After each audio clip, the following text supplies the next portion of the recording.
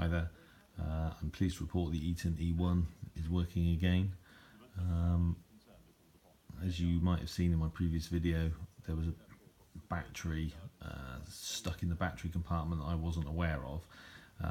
It's been there, well, certainly longer than a year, because I've had the radio for more than a year, and hadn't bothered looking at the manual, and simply filled up the battery compartment until it was full, which was 3 D-type cells. They sort of fit through that slot, yeah, I switched it on yesterday, and nothing happened, and it wasn't until I took it apart that I realised.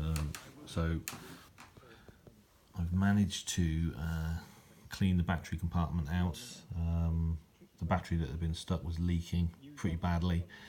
Luckily, nothing seems to be corroded. The battery terminal isn't corroded at all. It cleaned up pretty well. If you ever get this problem where you do get a battery stuck, because you can only access the battery compartment from this end. One thing about the Eton is that it does come apart very easily. There's basically 4 screws, 1 in each corner, and there's 1 on the base, and then there's a couple on the side that actually don't need to come out. But it literally just comes in half in 2 pieces, as you can see. To take it fully apart, you have to disconnect 2 ribbon cables. Those 2 there. Don't ask me what they're for. No idea. But they have to come off if you want to basically take the radio apart and lay both halves down flat. Other thing that's worth pointing out is that this ribbon cable at this end, if this cable isn't plugged in correctly, or if it's a bit loose, the radio will power up, but there'll be no display. I got it powered up, and with that cable slightly loose, there was no display. And something else I discovered doing this is that there's actually a contrast control for the screen, which is a little pot there. Twist that, and there you go. You can adjust the contrast on the screen. And as I said, I got this radio from eBay. It didn't come with a manual. I'm sure I had a look at a PDF online, but me being me, just got on with it.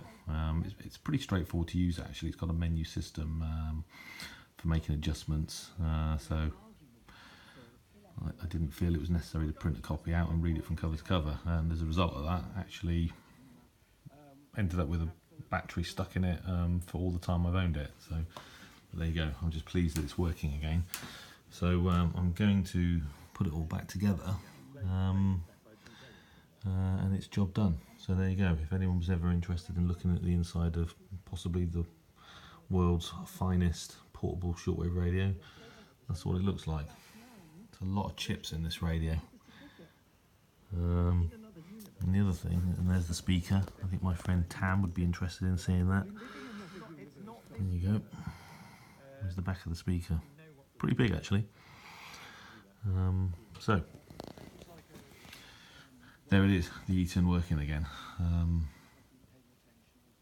I hope no one ever is stupid enough, as I was, to figure out that just because 3 batteries came out of it, that was the actual number of batteries inside it. So you live and learn. Okay, well, I'm going to get my screwdriver out and put this thing back together. Thanks for watching.